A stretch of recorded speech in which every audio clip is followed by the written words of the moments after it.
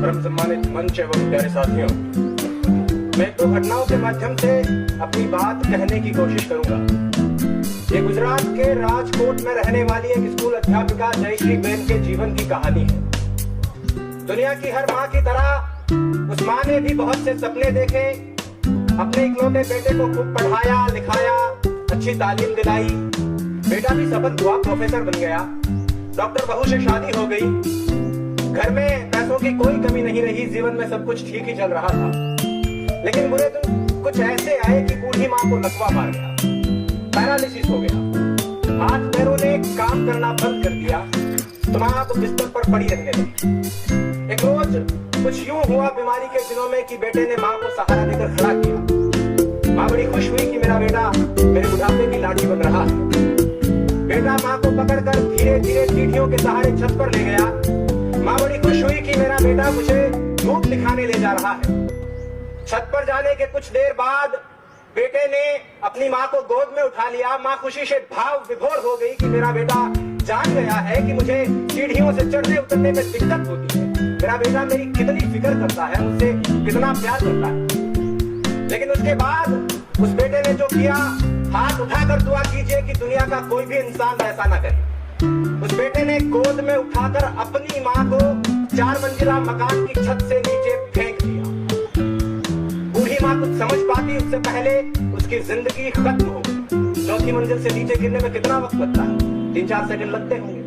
लोगों को लगा कि माँ छत से गिर गई होगी, लेकिन पुलिस पड़ताल और सीसीटीवी फुटेज से 3 महीने बाद पता चला कि माँ मरी नहीं, प्रोफेसर बेटे ने मारा था। और पुलिस पूछताछ में प्रोफेसर साहब ने कहा कि मैं माँ की बीमारी से तंग आ गया था और इस आफत से पीछा छुड़ाना चाहता था।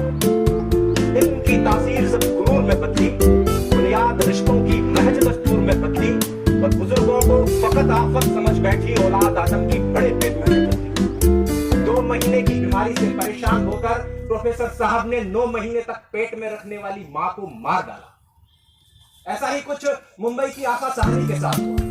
उनके बेटे ने खूब अच्छी तालीम हासिल की, अमेरिका गया, प्रोफेसर बना, लेकिन घर लौट कर नहीं आया। पीछे बूढ़ी माँ इंतजार करते करते रोज बिस्तर पर सोते सोते ही मर, और उसका जिस्म उसी बिस्तर पर पड़ा पड़ा कंकाल में बदलता रहा।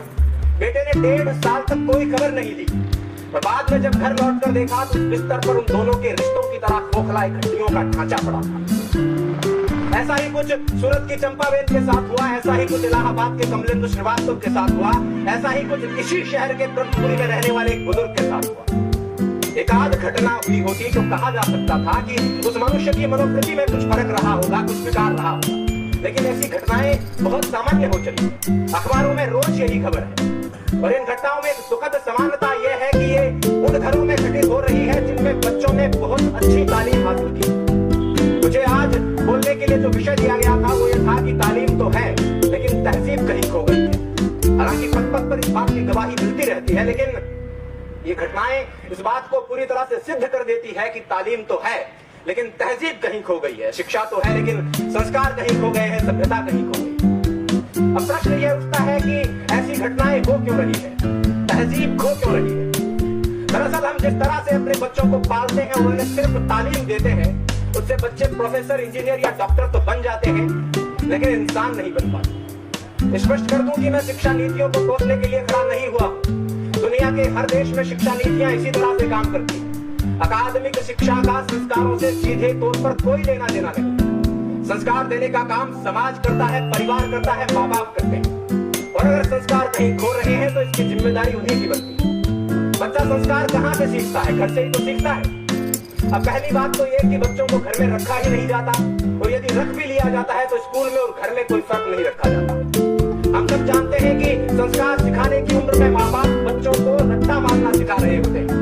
एक रोबोट की तरह, एक मशीन की तरह बच्चों को प्रोग्राम कर रहे होते हैं, और 20-25 साल बाद उस मशीन में रिश्ते, संवेदना, प्यार, सम्मान और संस्कार खोजने लगते हैं, और जब नहीं मिलते हैं तो परेशान होते हैं। तारे जमीन पर फिल्म का वो दृश्य याद कीजिए। माँ बाप बच्चे को बोर्डिंग स्कूल में छोड़कर रवाना हो रहे हैं। बच्चा पल्लू पकड़कर रोता है कि भीड़ में यूं ना छोड़ो मुझे, घर लौट कर भी आना पाऊं। माँ क्या इतना बुरा हूं मैं, माँ क्या इतना बुरा मेरी माँ। माँ बाप फिर भी निष्ठुर होकर चल देते हैं, और जब बाद में बच्चा संवेदनहीन होने लगता है तो बहुत परेशान होते हैं। मैं ऐसे अनेक युवकों को जानता हूं जिनको उनके माँ बाप ने 7-8 साल की उम्र में घर से दूर अच्छी तालीम हासिल करने के लिए भेज दिया। हालांकि इस बात में कोई दो राय नहीं कि वो अच्छा भविष्य बना लेंगे, अच्छा करियर बना लेंगे, लेकिन एक चीज जो मैं कई बार महसूस करता हूँ वो ये है कि उनका अपने माँ बाप के साथ रिश्ता उतना मजबूत नहीं हो पाया है जितना सामान्यतः होना चाहिए। तो यदि उनमें से कोई 20-25 साल बाद अपने माँ बाप को घर से निकाल देता है या वृद्धाश्रम में छोड़कर आ जाता है तो मुझे इस बात से कोई अचरज नहीं होगा। करता था तो क्यों किया, अब कर क्यों बचता है। बोया पेड़ बबूल का तो आम कहां से खा। पहले जब प्यार बोया ही नहीं है, सम्मान बोया ही नहीं है, संस्कार बोया ही नहीं है तो उसके मिलने की उम्मीद क्यों है। खैर मैंने काफी समय ले लिया है।